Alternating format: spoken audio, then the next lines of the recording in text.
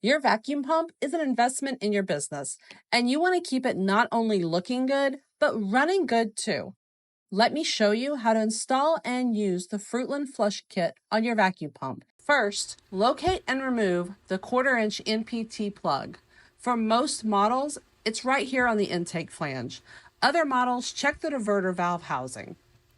Next, install the flush kit. It comes with everything you need, including brass fittings, rubber hose, ball valve, and fluid reservoir bottle. Cut a length of hose to run from the NPT fitting on the intake flange to the bottom of the ball valve, and from the top of the ball valve to the reservoir bottom. The hose length will depend on where your reservoir is mounted. Next, mix up your flushing solution. That's 3/4 diesel fuel and 1/4 pump oil by volume. About 2 to 3 liters should do the trick, but we used a gallon just to make it easy. Start the pump, switch it to vacuum, and slowly open the ball valve. We had a problem at first with the fluid not going into the pump initially.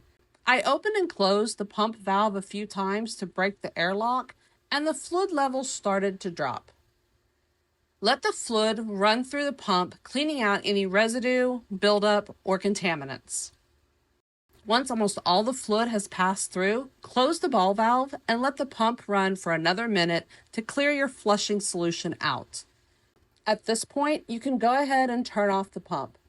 Don't forget to drain your oil catch muffler or oil separator afterward. If you're removing the flush kit, go ahead and reinstall the 1/4-inch plug on the intake flange. For regular maintenance, Fruitland recommends flushing your pump every 2 months, or more often if you're working in dirty conditions. It's quick, it's easy, and it protects your investment.